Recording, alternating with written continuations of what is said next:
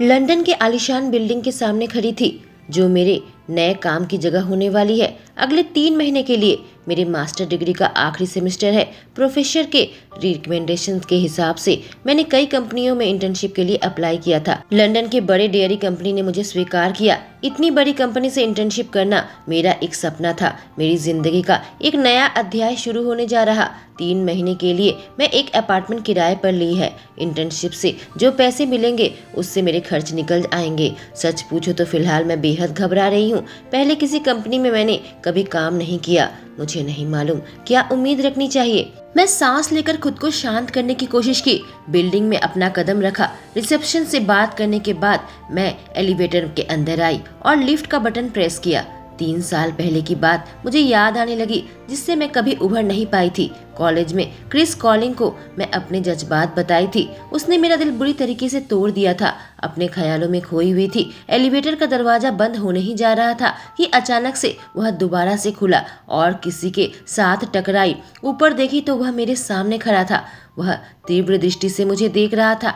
वह नीली आंखें। इधर उधर देखी तो खुद को प्राइवेट एलिवेटर में पाया। अपने ख्याल में इस तरह से कैसे खो सकती हूँ। मेरा दिल तेजी से धड़कने लगा जब उसकी आंखों में आंखें लॉक हो गई। उन आंखों को मैं कैसे भूल सकती हूँ। पिछले 3 साल से मेरा पीछा कर रहे हैं। अपने सांसों पर काबू नहीं रख पाई। मेरे रोंगटे खड़े होने लगे। वह मेरे और करीब आया। मेरा दिल तेजी से धड़क रहा था। अपना हाथ अपने सीने में रखी ताकि खुद को संभाल सकूं। 3 साल के बाद वह आमने सामने है। मुझे लगा मेरे करीब आएगा, लेकिन मेरे साइड से गुजरकर पीछे खड़ा हो गया। अपना समय ना खराब करके मैं एलिवेटर से निकलने गई। इससे पहले कि मैं भाग पाती, मेरे कमर को पकड़ लिया और मुझे अपने करीब खींचा। मेरी पीठ उसके सीने से टकराई। उसके एक खाली हाथ से उसने एलिवेटर का कुछ बटन दबाया। बंद हो गया। अजीब बात थी, एलिवेटर अपनी जगह से नहीं हिला। उससे छूटने की कोशिश करने लगी। उसकी पकड़ और मजबूत हो गई। जितना भी छूटने की कोशिश करती, वह उतनी मजबूती से मुझे पकड़ता।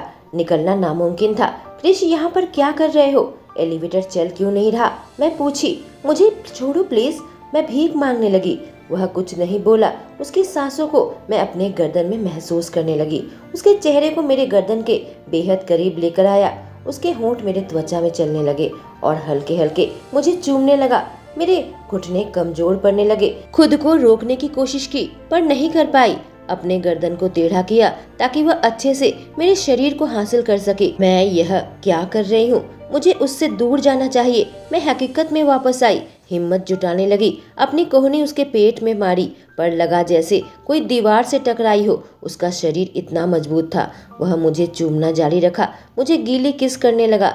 मेरी खुली त्वचा को चाटने लगा। ऐसे मत करो, जाने दो। मैं सिसकी लेने लगी। उसके स्पर्श से मेरे बदन कमजोर पड़ने लगा। मेरे पीठ को सहलाने लगा। अपनी उंगलियां उसमें चलाने लगा। मुझे कुछ करना होगा, उसे रोकना पड़ेगा, वरना यह कुछ ऐसा कर गुजरेगा कि मैं उसे कभी माफ नहीं कर पाऊंगी। उसके पैर में मारी जितनी ताकत मुझ में थी। आखिर उसकी पकड़ मुझ में ढीली पड़ गई।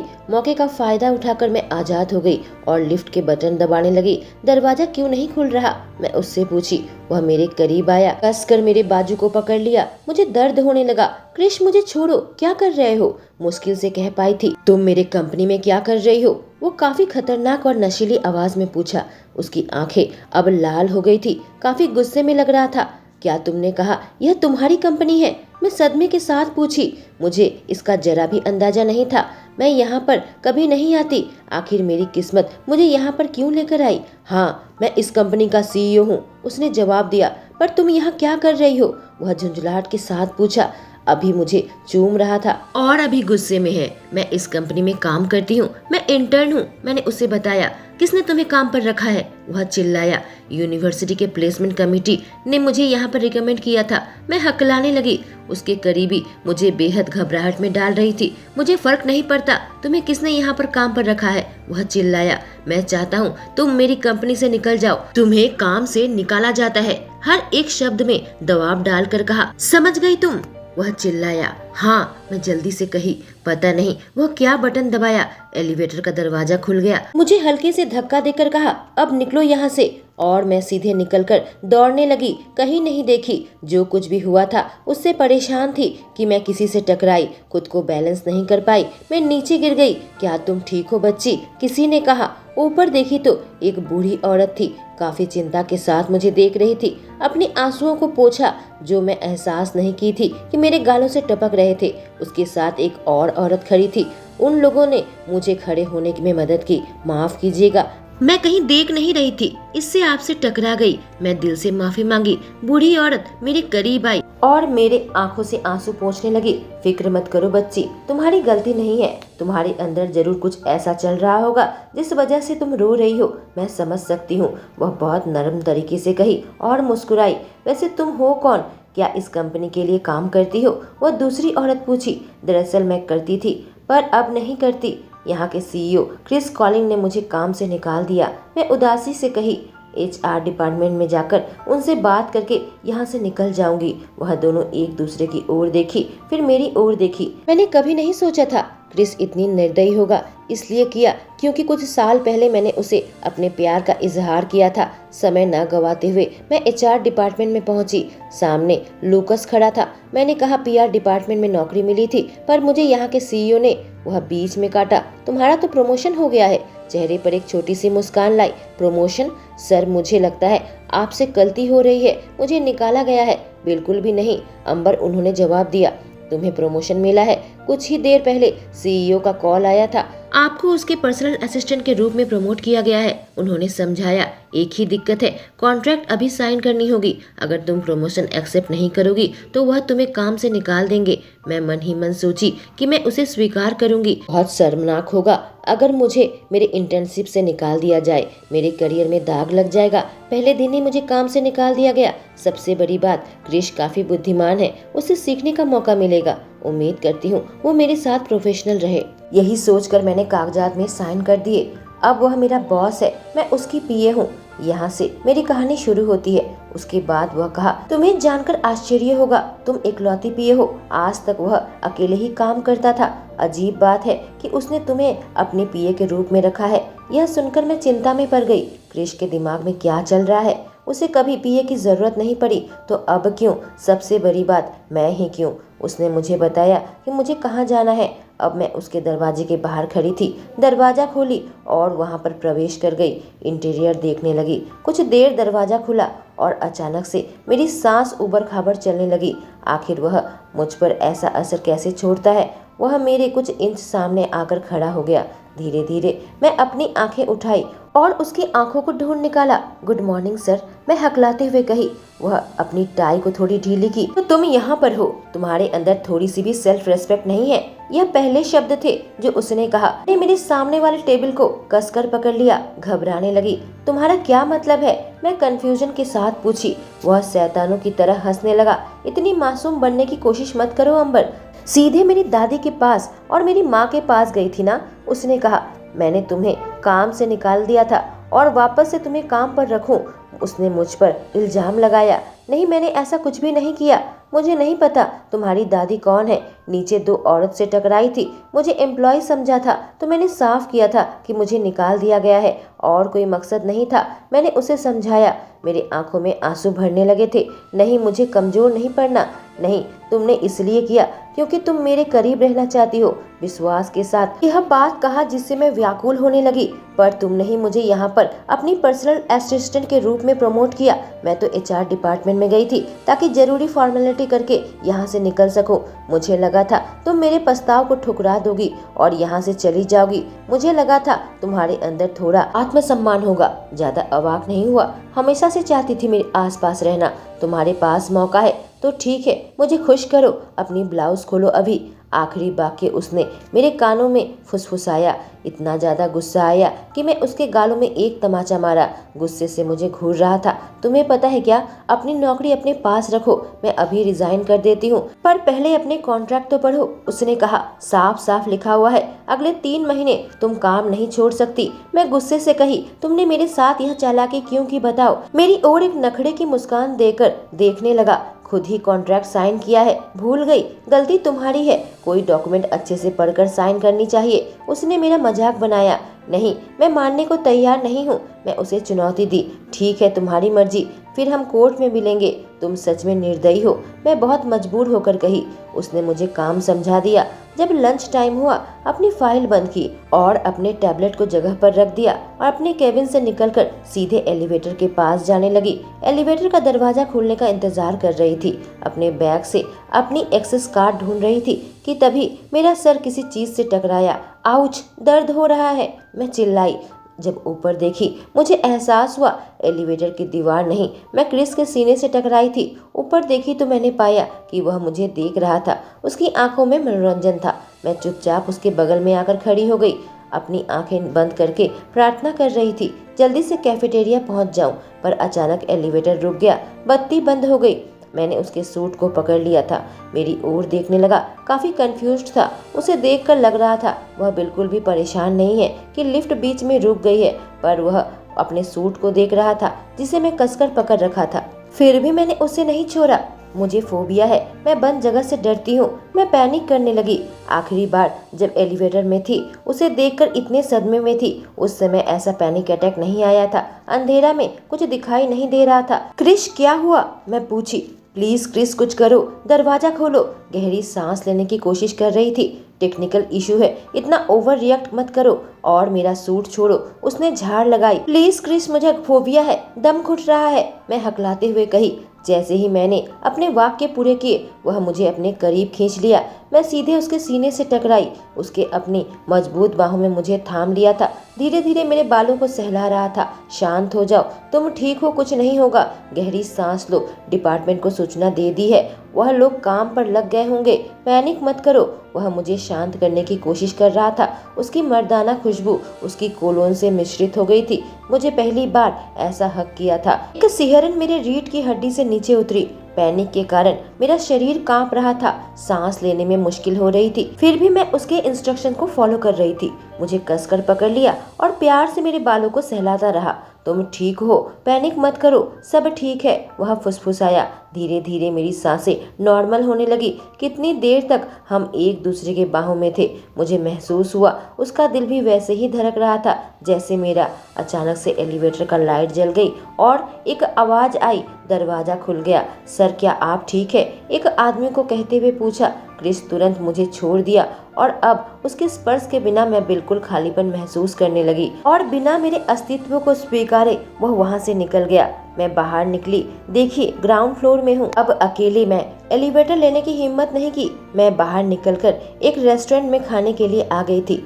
वहाँ मुझे अपने ऑफिस का एक आदमी मिला जिसके साथ बातचीत करने लगी। लंच के पैसे दिए और बात करते हुए वापस बिल्डिंग में आ गई। मैं क्रिस के ऑफिस में आकर अपने काम में लग गई थी। तभी वह मुझे बुलाया। मिस अंबर, रेस्टोरेंट के नंबर में कॉल करके 2 लंच मंगवा लेना जो कल से ठीक 1:30 बजे हमारे ऑफिस में लंच डिलीवर कर दे। उसने मुझे समझाया। मैं सोच में पड़ गई। 2 लंच क्यों?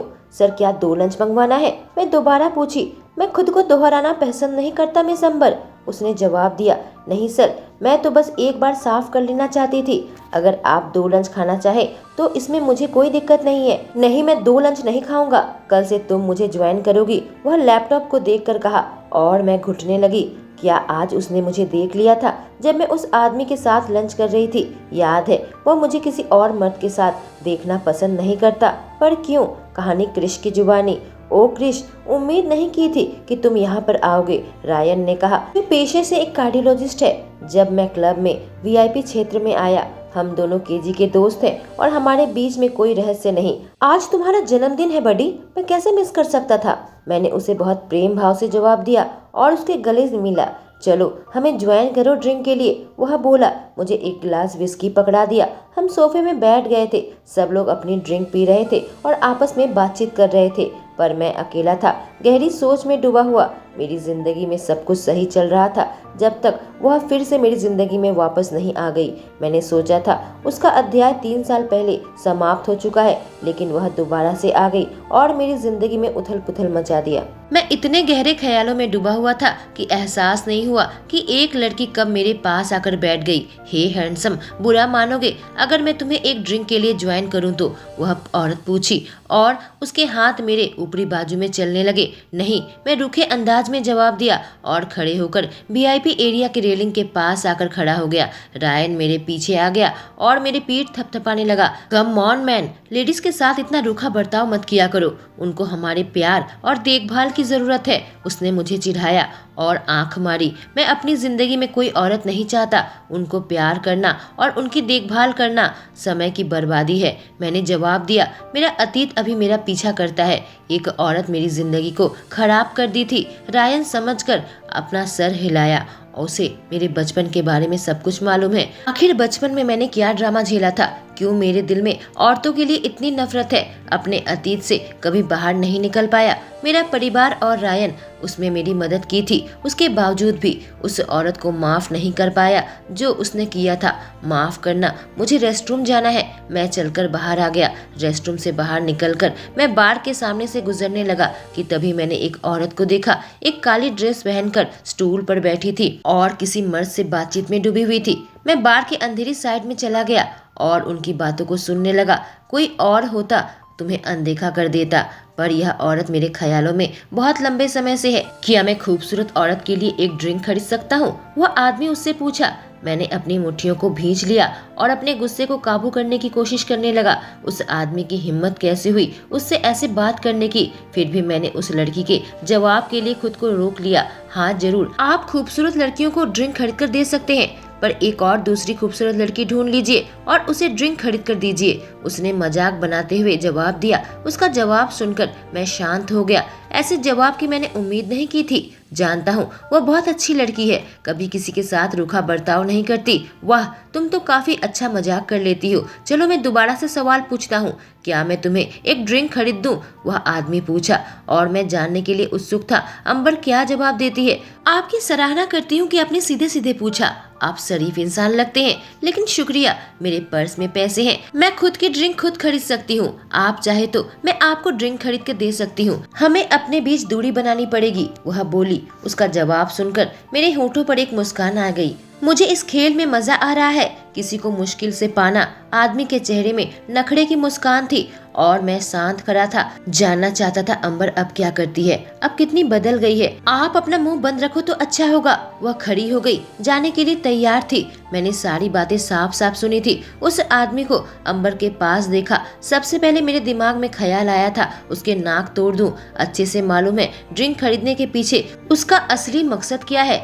अंबर का जवाब सुनकर मैं खुद को रोक लिया था। सच में इम्प्रेस्ड हूँ, उससे ऐसे जवाब की उम्मीद नहीं करी थी। अब मुझे जाकर बचाव करने की जरूरत नहीं, जैसे मैं कॉलेज में करता था। मुझे सच में गर्व महसूस होने लगा। अपने बाजुओं को मोड़कर उसी जगह पर खड़ा था। इतनी जल्दी जा रही हो? मेरे मर्दाना ईगो को कुचलने के बाद आदमी कहता हुआ उसके बाजू को कसकर पकड़ लिया और अंबर को अपने करीब खींचा। मेरा हाथ छोड़ो इससे पहले कि मैं कुछ ऐसा करूं कि तुम्हें अफसोस हो। वो सीधे उसकी आंखों में देखकर चुनौती दी। ऐसा क्या है, दिखाओ कि तुम क्या करोगी। नखरे की मुस्कान के साथ वह जवाब दिया, ज्यादा नहीं, लेकिन यह कहकर वह उसके मेन पार्ट में जोर से मारी। आदमी ने उसका हाथ छोड़ दिया और दर्द से कराहने लगा। घटिया औरत, हिम्मत कैसे की तूने? वह दर्द से गरजा। इसके जिम्मेदार तुम खुद हो, कहकर उसने अपनी आंख घुमाई और मैं थोड़ा सा हंसा। सच में मुझे अंबर पर गर्व है, उसके प्रति और आकर्षित अनुभव कर रहा हूँ। इसका यह रूप मुझे बहुत पसंद है।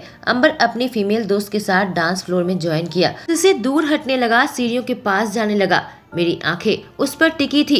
वीआईपी क्षेत्र में आया तो रायन अपने दोस्तों के साथ बातचीत कर रहा था। मैं एकदम किनारे आ गया, सीधे डांस फ्लोर को देख सकूं। वह जिस तरह से काले छोटे कपड़े पहनी थी, उसकी त्वचा बेहद खूबसूरत लग रही थी। मेरे अंदर गुस्सा बनने लगा जब मैंने देखा दूसरे मर्द किस दृष्टि से उसे देख रहे थे, जैसे कि भूखे कुत्ते हों। और मुझे तुरंत मन किया कि मैं अपने जैकेट से उसके शरीर को छुपाऊं। मैंने देखा एक आदमी उसे अपने करीब खींच रहा था और वह दोनों डांस कर रहे रहे थे। किसी लड़की के साथ डांस करे मुझे मंजूर है, पर किसी मर्द के साथ इतने करीब डांस करे यह मुझे बिल्कुल भी मंजूर नहीं। वह जितने करीब थी सारी सीमाएं पार हो चुकी थी और मेरे अंदर क्रोध की अग्नि फिर से जलने लगी। रेलिंग को बहुत कसकर पकड़ लिया। मैंने देखा वह आदमी उसके और करीब आ रहा था। सबसे बुरी बात है कि वह उस आदमी को पीछे जाने को नहीं कही, जिससे मैं बिल्कुल पागल हो गया। सीढ़ियों में फिर से उतरने लगा। एहसास हुआ वह डांस फ्लोर से नीचे जा रही है, पर मैं उसके पीछा करने लगा। अपने हाथों से पकड़कर उसे एक अंधेरे कोने में खींचा। मुझे जाने दो, नहीं तो बाद में तुम अफसोस करोगे। घटिया इंसान, पहले जो हुआ था उससे तुम कुछ सीखे नहीं क्या? वो कही और मेरे गिरफ्त से छूटने की कोशिश करने लगी, पर मैं उसको और करीब जाने लगा और हल्की रोशनी से जब वह मुझे देखी, क्रिश, मेरा मतलब सर, आप यहाँ क्या कर रहे हैं? वह सदमे से बोली। कहानी अंबर की जुबानी। मेरे सामने क्रिश खड़ा था, एकदम खामोश, पर मुझे तीव्र दृष्टि से देख रहा था। कुछ नहीं कह पाई क्योंकि उसकी खूनी आंखें मेरी रीढ़ की हड्डी के नीचे से कपकपी दोहरा रही थी। ऐसा गुस्सा मैंने पहले कभी नहीं देखा था। सर, मेरा हाथ छोड़िए। मैं अपने हाथ को उसके मजबूत गिरफ्त से छुड़ाने की कोशिश की। अचानक से मेरा हाथ छोड़ दिया और मौके का फायदा उठाकर मैं उससे दूरी बनाने की कोशिश की। हालांकि उसने अपने दाएं हाथ दीवार पर रखकर मेरे रास्ते में विघ्न डाला। दाहिनी ओर जाने की कोशिश की। उसने दाहिनी ओर अपना हाथ रख दिया। भागने का कोई रास्ता नहीं था। सर, मुझे जाने दीजिए। लगता है आप नशे में हैं। आपको पता नहीं आप क्या कर रहे हो, मैं कही, पर उसने हमारे बीच की दूरी को कम कर दिया और मुझे हिलने से रोका। इससे पहले कि मैं अपने वाक्य पूरे कर पाती, उसके होंठ मेरे होठों से टकराए। जुनूनी तरीके से मुझे चूमने लगा। मेरे हाथ को पकड़ लिया और उन्हें दीवार के साथ चिपका दिया। बहुत तीव्र तरीके से चूम रहा था, जैसे कि दुनिया का सबसे बेहतरीन स्वाद मुझे मिल रहा हो। अजीब सी हलचल मेरे शरीर में होने लगी थी। उसने मेरा हाथ छोड़ दिया और धीरे से उसके सीने पर उन्हें रखा। उसके दिल की धड़कनों को महसूस कर पा रही थी, जो ठीक मेरी तरह थी, और मैं भी उस जुनून में डूब गई। तालमेल से उसे चूमने लगी। मेरे एक हाथ उसके सीने में थे, दूसरे हाथ उसके बालों में चल रहे थे। कमर पकड़कर मुझे अपने करीब खींचा। हम ऐसे चूम रहे थे कि हमें दुनिया की परवाह नहीं है। धीरे धीरे वह किस मीठी होती चली गई। इसे इतनी मीठी थी, मेरे होंठ कांप रहे थे। मुझे स्वर्ग सा स्वाद मिल रहा था। मेरी कमर को पकड़ रखा था और मुझे अपने करीब करने की कोशिश कर रहा था। मैं उस किस में पूरी तरीके से खो गई। वह बीच में गरजने लगा। ऐसा लगा मैं उसकी आखिरी सांस हूँ जिसे वह ले रहा हो। वह किस मुझे पूरा कर रहा था। इतना जिंदा कभी अनुभव नहीं की थी। वह कोसने लगा। मैं उसका नाम ली, क्रिश। मेरी आवाज कांप रही थी। उसे बताने लगी कि मत रुको। फिर उसने मेरे पैरों को ऊपर उठाया और मैं अपने पैर उसके कमर में लपेट लिए। वह मुझे बुरी तरीके से चूमने लगा। मेरे मुंह में अपनी जीभ डाल दी। मैं उसके बाहों में चिपकी हुई थी और वह अपनी जरूरत पूरी करता रहा। मुझे महसूस करता रहा। वह किस बिल्कुल जंगली और अटूट बन गई। मेरा दिल उसके लिए चीख रहा था। मैं शायद पागल हो रही हूँ। आखिरकार जब हम अलग हुए, मुझे ऐसे लगा कि जन्म जन्मों से एक दूसरे को चूम रहे थे। हमारे माथे एक दूसरे को छू रहे थे और दोनों जोर जोर से सांस ले रहे थे। धीरे से मैंने अपनी आंखें खोली और उसकी नजरों में देखने लगी। वह मुझे तीव्र दृष्टि से देख रहा था। उसकी दृष्टि बहुत गहरी और पेचीली थी। वह शांत था, पर इस शांति से मेरी रीढ़ की हड्डियां कांप रही थी। कमजोर तरीके से उसे देखी। उसने हमारे बीच की दूरी मिटा दी। ठंडे आवाज में कहा, खुद को दोहराना पसंद नहीं करता तो ध्यान से सुनो। तुम किसी दूसरे मर्द के पहुंच से बाहर हो सिवाय मेरे। मैं यह बर्दाश्त नहीं करूंगा कि कोई आदमी तुम्हें छुए, और अगर तुमने इस चेतावनी को ना माना तो मेरा वह रूप देखोगी जो तुम देखना नहीं चाहती। इस वजह से उसकी बातों से मेरी आंखों में आंसू बनने लगे थे, पर मैं उसे अपनी कमजोरी नहीं दिखाना चाहती थी। इसलिए मैंने उसे झटके से हटा दिया। मैं अपने गले की गांठ को निगलने की कोशिश की। उसने अपनी कोट मुझे पहना दिया और तुरंत वहां से चला गया। मैं उसकी ऊष्मा, उसकी खुशबू को महसूस कर रही थी। क्रिश, आखिर तुम क्या चाहते हो? अगले दिन मैं ऑफिस में अपने सीट में बैठे काम कर रही थी, पर मैं ध्यान नहीं दे पा रही थी। वजह है, कल रात जो कुछ भी हुआ था, जो भी एक्साइटमेंट, एडवेंचर, मैं किसी और काम करने के लिए उत्साही नहीं थी। याद है, रात में मुझे जरा भी नींद नहीं आ रही थी। दिमाग में वह किस बार बार चल रहा था। बार बार गहरी सांस लेने की कोशिश कर रही थी। आखिर मेरे साथ क्या गलत है? और सबसे बड़ी बात, क्रिस के साथ क्या गलत है? 3 साल पहले उसने मुझे साफ साफ कह दिया था कि उसके दिल में मेरे लिए कोई फीलिंग्स नहीं है और वह मेरे जज्बातों को कभी स्वीकार नहीं करेगा। तो फिर वही ऐसा क्यों कर रहा है? आदमी मुझे पक्का पागल बना देगा। जब भी कोई मर्द मेरे आसपास रहता है तो वह इतना गुस्सा क्यों हो जाता है। कितना भी इनकार करूं पर उसका अब भी मुझ पर वही असर होता है जो 3 साल पहले होता था। मैं खुद पर काबू खो बैठती हूँ जब वो मेरे सामने होता है। सर, मुझे आपसे किसी विषय में बात करनी है, मैंने कहा जब मैं इकलौते सोफे में बैठी हुई थी। वह बड़े सोफे में बैठा हुआ था, अपने लैपटॉप लेकर काफी बिजी था। मुझे ही पता है मैं कितना हिम्मत जुटाकर यहाँ पर आई थी। मुझे पता है वो मेरा कभी नुकसान नहीं करेगा, फिर भी मैं इतनी नर्वस क्यों हो जाती हूँ। लैपटॉप से नजरें हटाकर सीधे मेरे आंखों में देखा और इतना मेरे लिए काफी था कि मैं सब भूल गई जो अपने दिमाग में सोच कर आई थी। हाँ, उसने अपनी एक भौं ऊंची की। हाँ क्या सर, मैंने उससे पूछा। क्या तुम ठीक हो मिस अंबर, उसने पूछा। अपनी लैपटॉप को टेबल में रखकर सोफे से खड़ा हो गया। हाँ मैं ठीक हूँ, थैंक यू। आप कैसे हैं, मैंने कहा जब मैं उसके एक एक कदम को नाप रही थी। तभी मुझे एहसास हुआ कि मैं यह क्या कर रही हूँ। मुझे माफ कीजिएगा, नहीं पता कि मैं ऐसे क्यों हूँ जब भी मैं आपके सामने रहती हूँ, मैंने एक सांस में कही। मेरा दिल तेजी से धड़क रहा था। यह बिल्कुल मेरे पास आकर खड़ा हो गया, झुककर मेरे चेहरे के पास आया। कहा तुम्हें पता है तुम कितनी आकर्षक दिखती हो जब तुम बड़बड़ाती हो, वह नशीली आवाज में कहा। क्या, मैं कंफ्यूज होकर पूछी। वह अपनी एक उंगली मेरे मुंह पर रखा। अगर तुम एक और शब्द कहोगी तो मैं खुद पर काबू खो बैठूंगा और तुम्हें वहीं चूमना शुरू कर दूंगा। वह मेरे गालों को हल्का सा चूमा और मुझे इस हाल में छोड़कर बाहर चला गया। अब यह क्या हुआ। मैं अपने हाथ अपने दिल पर रखी जो काफी तीव्र गति से धड़क रहा था। 2 बार मेरे होठों को चूम चुका है और अब मेरे गालों को। एक और सवाल जुड़ गया, ऐसा उसने क्यों किया। पता नहीं कब मेरे क्यों का जवाब मिलेगा। शनिवार को मैं तैयार होकर ऑफिस आई थी, नहीं काम करने नहीं। जब क्रिश मुझे देखा वह 1 मिनट तक कुछ भी नहीं बोला, बस वहाँ खड़ा खड़ा मुझे सर से लेकर पांव तक देख रहा था। मेरी ड्रेस के साथ कुछ गलत है।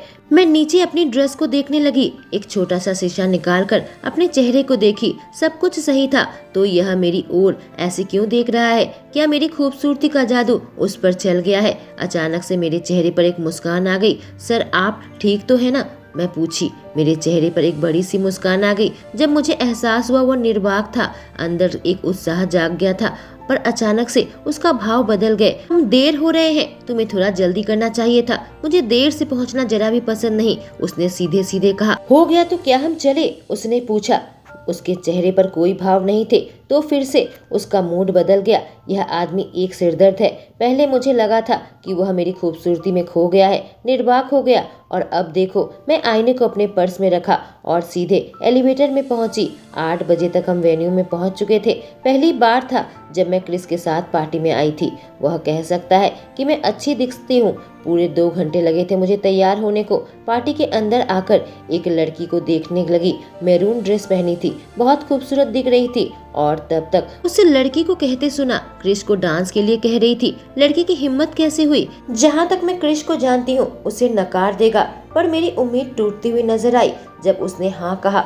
मेरी ओर एक बार भी नहीं देखा, उसका हाथ पकड़ लिया और डांस फ्लोर में चला गया, और मैं खुद पर से काबू खोने लगी। जाकर उस लड़की के साथ डांस करो, मजे करो।